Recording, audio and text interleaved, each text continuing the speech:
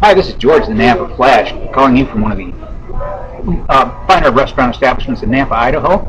And I'm going to be talking about the Seahawks and their final victory, which will be the Super Bowl win over the Denver Broncos. Yeah, I'm a little presumptuous, but I've been presumptuous all the way along this way. I predicted when the year started that they'd go 13-3 and they'd win the Super Bowl against Denver. I said that was before the season even started, and so far it's all holding true. Looking back on the game that we had this last weekend with against the San Francisco 49ers, wow, what a game. I tell you, you didn't have to be a 49ers fan or a Seahawks fan to enjoy that one. That had all the drama, all the excitement you could hope for. It was just, I tell you what, it took me a while to get my heart rate down after that was over. But by golly, it turned out the way I wanted it to go, and a W is a W is a W. And I'm just real excited to see that way that went. Now, as far as Mr. Sherman's expounding afterwards about him being the greatest cornerback in all of football, hey, I think he proved it. And if you are what you are, why not say so? And I think he proved it on the field, and that's all there was to it. And besides that, his opponent out there in the field was really giving him the stuff before and during the game, and nobody took into account the fact that he was just really being laid into by a Crabtree. So just let it go, people. Just let it go. Anyway, it was a great game, and I think they got I couldn't ask for a better opponent in Denver coming up. Because in that situation here, you've got, we had the San Francisco 49ers, their nemesis within the division in the NFC West, and they put them right. Now they're going against an old-time nemesis who have been handing it to them for decades, Denver Broncos.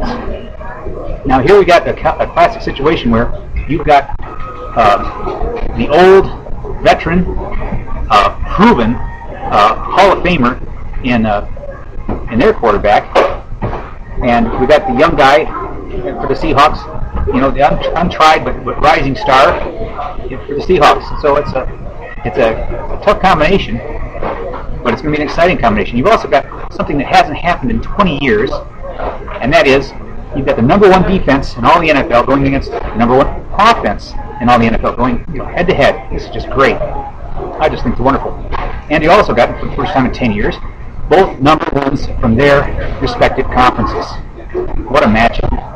You don't even have to be a football fan to want to see this and love watching this matchup. It's going to be great. So anyway, I pretty much wrapped that up in a pretty tight nutshell. But the fact of the matter is, as I see Seahawks taking this in all so many ways, for one thing, taking the number one defense, you can be a number one defense and not match up well. I think they match up almost perfectly against Denver. Whatever threats Denver has, we have that's where our strengths are at. And as far as our offense is concerned, I think that as far as quarterback is concerned, our running game, our passing game, I think the second half of that San Francisco game showed they were putting it together, they had it together, and that they were more than capable of meeting Denver and handing it to them. I don't see it being necessarily a blowout of a game, but I see that I think Seattle will handle it from start to finish. I don't think they'll just keep on widening the margin as it were. I think it's terribly exciting, and I'm really looking forward to it. Now, as far as being in New York, not a problem. As far as the weather, not a problem. I do think that this, even though it's a Western United States type of game, I do see that the rest of the country is going to be really pulled into it, wanting to see these two go at it. Russell Wilson, I think he's going to have to loosen up. To be honest with you, I think he's been playing way too tight the last two playoff games. He's been too conservative, and he's got to let his legs do some work for him. And this is the one thing I see that Peyton Manning's going to have a problem with. Peyton Manning for the Denver Broncos just doesn't have the legs. He doesn't have the legs, and even though Kaepernick was able to escape several times for San Francisco, this isn't going to happen for Peyton Manning. In fact, I see Peyton Manning going down several times in this, and hopefully not too hard that it takes him out of the game. But I see a situation where Denver is going to be very, very frustrated. I don't think the running game's going to be able to make it. Their passing game ain't going to make it, and it's going to be a lot of 3-and-outs for Denver. So you're going to see the offense a lot on the field for Seattle, and Denver is going to just be trying to prevent Seattle from scoring too many times against them. So, okay, I'm going to wrap this up really tight, actually. Well, before you go, George, let's get your predictions for the score. That's where I was going. That's exactly where I was going. I see this being a 27-13 game.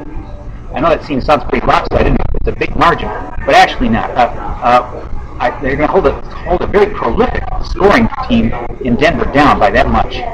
I see one touchdown, a couple of field goals, but I see Seattle being able to be proficient. In fact, if anything, I see Seattle making more than 27.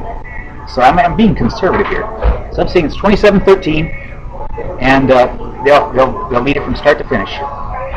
So anyway, next half we'll turn it over to Dr. Ralph, and he'll give his wit and wisdom on this, and I'm sure he'll be a little more in depth than I am. But I'm saying 27-13 Seahawks. So go Seahawks, and thank you. Well, welcome back into the program. This is Dr. Ralph Smith, the voice of the Seattle Seahawks, at least here in eastern Oregon and southwest Idaho. Well, folks, you had to be thrilled by that victory. As usual, the Seattle Seahawks started off slow, and they made their mistakes, and I got to admit, there's some of us who may have thought that this was going to be a 2-quarter football game. And those of us who began to believe that certainly missed the most important part of the game, which is the last 2 quarters. But let's briefly cover exactly what we saw on the television there and what the Seahawks were able to do, and perhaps even more important as they go for the World Championship a week from this Sunday. And for those of you that need your football so bad that you need to watch the Pro Bowl, good luck on that. I'm not going to be one of them, unfortunately. All right, as far as going forward, there were some key flaws that we had in our Seahawk lineup, per se, that bothered me tremendously. And we need to be aware of these because when we go up to the likes of Peyton Manning, he's not going to be as forgiving as the San Francisco 49ers. So let's talk about some of the concerns and some of the things that we really did well, and then how we can carry those into the final half of the game. First of all, it was very obvious that our Seahawks, for whatever reason, generally start off slow. And that has a built-in inherent danger, because if indeed we go ahead and start off that slow against a very active and a very strong team, much like the Denver Broncos, we could find ourselves going into halftime down 3 touchdowns, and we do not want to do that, especially with the weather conditions that are expected in the New Jersey, New York area for the Super Bowl. And all of us have debated and argued about the issues about why they would ever schedule a Super Bowl in the northern half of the United States in the middle of winter. I would imagine that the big money people of the big, as far as the big eastern seaboard, got their way this time. This most likely will be the last Super Bowl that we see in our lifetime north of the northern part of the United States. It's just simply too risky with the weather. But in any case, looking back to the game, definitely the 12th man was the winning factor in keeping us close in that first half. The constant noise levels, although not at record-breaking levels, but the noise levels constantly confused San Francisco. But we tended to give up the game in a sense in that first half of fumbles, unintended plays that were misrun, and to the point that we were really confused. I think the other thing is the beast, and of course Lynch is the running force of the team. Continue to work hard and keep them guessing whether we were going to pass or run. That was a key weakness that the San Francisco lineup did not have, other than using the legs of their quarterback. And when you have to have your quarterback run for well over 100 yards, it gives you a good indication how weak the running attack was for the San Francisco 49ers. And I don't think we're going to be that fortunate in looking forward to the Broncos. That's not going to happen. Quite frankly, Peyton Manning has a good mixture of both run and pass, and that's something that obviously San Francisco did not have. In fact, if the quarterback of the San Francisco team, and yes, I'm avoiding using his name because of what he did to our BSU Broncos, but anyway, I used to call him Twinkle Toes, but that might be a little offensive now that he did one heck of a good job in the NFC game. But anyway, the point I'm trying to make is that you need to have a running attack so that they don't set up in an automatic prevent defense. When they know your running game is not there, all they have to worry about is the deep threat and obviously screen passes. In any case, the Seahawks stayed into it, the fans stayed into it, and then finally, as we moved into the second half, we came into our own. And one of the problems in coming to our own so late again is that at least San Francisco was not able to build up a significant lead. Now, moving into the second half, that game was won again by the sheer talent of Wilson. Wilson and how he was able to thread that pass was phenomenal. Everybody knows about the rants and the raves of Sherman, but the bottom line is that other than our defense, which was stellar through the whole game, and that interception, which was caused by Sherman, was just phenomenal close to what otherwise was a very nerve-wracking game. The Seahawks, in my opinion, deserved to win. And once again, we got the proof that the San Francisco 49ers have a lot of trouble playing in our house. So with the victory that was much larger than most people expected, and for those who went with the Seattle Seahawks, they have not only made money on this game, they enjoyed one heck of a ball game. Now, analyzing very quickly what we have to look at in the New England game and the Denver game, I really don't know if it was just Brady having a bad game for New England or whether Manning was just so dominating. Maybe it's a little bit of both, but I was very shocked on how well the Broncos dominated the New England Patriots. I expected a much closer game. I thought we'd have a showcase of definitely two future Hall of Fame quarterbacks. But the net result is that Denver pretty well blew them out. You could not blame the weather conditions. I mean, how often would you go to Denver, Colorado at the middle, the end of January and have a 62-degree temperature? I mean, no snow, no significant rain, no significant winds. It couldn't have been played at a better time and better conditions. So there's no excuses as far as New England's concerned regarding the ball game. They had every opportunity to win. They simply didn't get the job done. I'm not going to take this broadcast and spend more time talking about the Sherman issue. He was obviously very excited. In a sense, sports broadcasters should know that when you've got adrenaline still flowing, especially after a big game like that, and especially with the tempers on both sides, these teams simply do not like each other. She could have waited a little later for that interview, but it was done. The apology has been made, and hopefully he won't make that mistake again. In looking forward to the Super Bowl game, there's a couple key things that we're going to have to do to be able to win. First of all, you can figure the Denver Broncos will be favored. They'll be favored for a couple reasons. Number one, Peyton Manning, this is his greatest season that he ever had. He's got not 3, but 4 talented receivers to throw to. San Francisco did not have that. Their defense is not as good as the Seattle Seahawks, but in the same vein, it is a pretty tough defense, especially the front 4 and their linebackers. So for Lynch to have a great game, there's going to have to be some work on our front line about knocking some holes open so that the Bees can definitely run through and get some significant yardage. What's going to be the difference in this game is a couple of factors. First of all, the 12th man will not be there. I would think that it'd be largely, in my opinion, a strong pro-Denver crowd. Now, I know being played in New York, you say, well, what does that have to do with playing in New York, Doc, with a strong Bronco calling? The Broncos have established a pretty strong following. They're definitely not a Dallas Cowboy team. But then again, so is Seattle. But I think over there, as far as playing in New Jersey's Meadowlands, the crowd will probably be pretty evenly split, but it'll be more pro-Denver Broncos. So we will not have the 12th man to our advantage. But we have a lot of things to our advantage, and this is the advantage. First of all, Peyton cannot run. He is a deep pocket type of passer. We have not done a good job on our defense as far as pushing them and trying to get the quarterback down to his knees, unfortunately. That's a problem, because if we can break through that front line, and considering the fact that Peyton Manning is not much of a runner out of the pocket, we can cause him significant difficulties.